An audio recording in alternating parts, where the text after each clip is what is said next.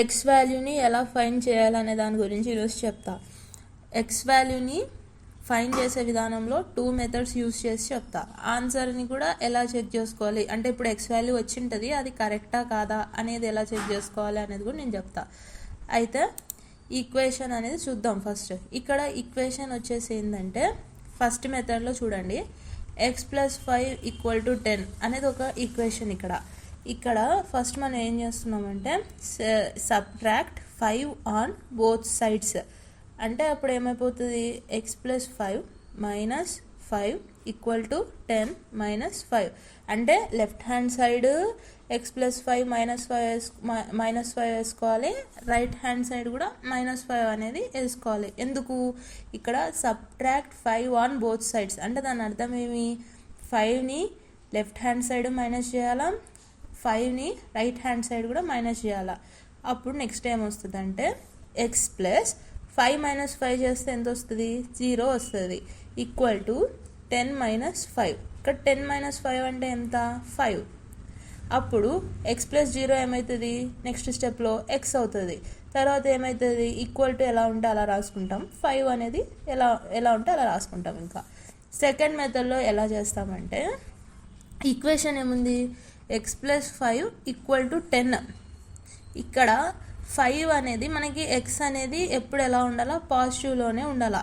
కాబట్టి మనం ఏం చేసుకుంటాము, +5 అనేది రైట్ హ్యాండ్ సైడ్ తీసుకొని వస్తే ఏమవుతుంది అంటే -5 అవుతుంది. అంటే +5 కాస్త ఏమవుతుంది, -5 అవుతుంది.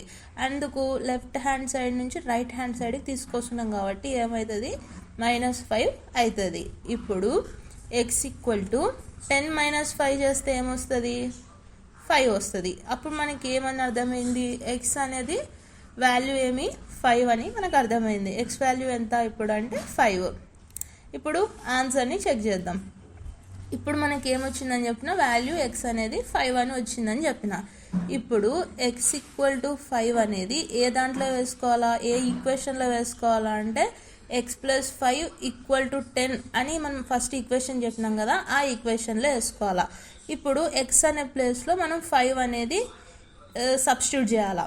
అప్పుడు ఏమొస్తుంది, 5 + 5 తర్వాత = ఉంటుంది, తర్వాత 10 ఎలా ఉంటే అలా రాసుకుంటాము. ఇప్పుడు 5 + 5 ఏమవుతుంది, 10 అవుతుంది, = 10. ఇప్పుడు మనకు లెఫ్ట్ హ్యాండ్ సైడ్ 10 వచ్చింది, రైట్ హ్యాండ్ సైడ్ వాల్యూ 10 వచ్చింది. అంటే దాని అర్థం ఏమి, 10 = 10. అంటే దాని అర్థం ఏంటంటే మనకు వచ్చిన ఎక్స్ వాల్యూ అనేది కరెక్ట్. ఎలా చెప్తున్నాము, right hand side value left hand side value రెండు ఈక్వల్ కాబట్టి మనకు వచ్చిన ఎక్స్ వాల్యూ కరెక్ట్. ఒకవేళ left hand side value right hand side value different వచ్చినాయి అంటే మనకు వచ్చిన ఎక్స్ వాల్యూ కరెక్ట్ కాదని అర్థం. ఇప్పుడు మనకు వచ్చిన ఎక్స్ వాల్యూ కరెక్ట్. ఎలా చెప్తున్నామంటే 10 = 10 అంటే LHS = RHS అయింది. కాబట్టి మీకు ఈ వీడియో నచ్చినట్లయితే లైక్, కమెంట్, షేర్, సబ్స్క్రైబ్.